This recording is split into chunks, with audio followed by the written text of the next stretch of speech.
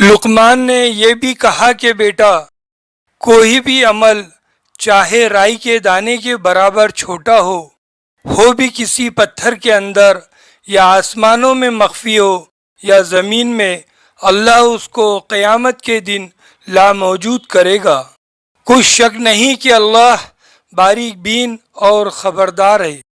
بیٹا، نماز کی پابندی رکھنا، لوگوں کو اچھے کاموں کے کرنے کا مشورہ دیتے رہنا، بری باتوں سے منع کرتے رہنا، اور جو مصیبت تجھ پر واقع ہو اس پر صبر کرنا۔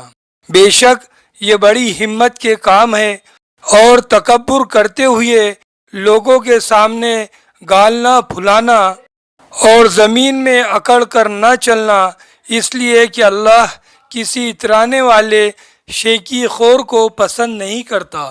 اور اپنی چال میں اعتدال کیے رہنا، اور بولتے وقت آواز نیچی رکھنا، کیونکہ بہت اونچی آواز گدھوں کی سی ہے، اور کچھ شک نہیں ہے کہ سب سے بری آواز گدھے کی ہے۔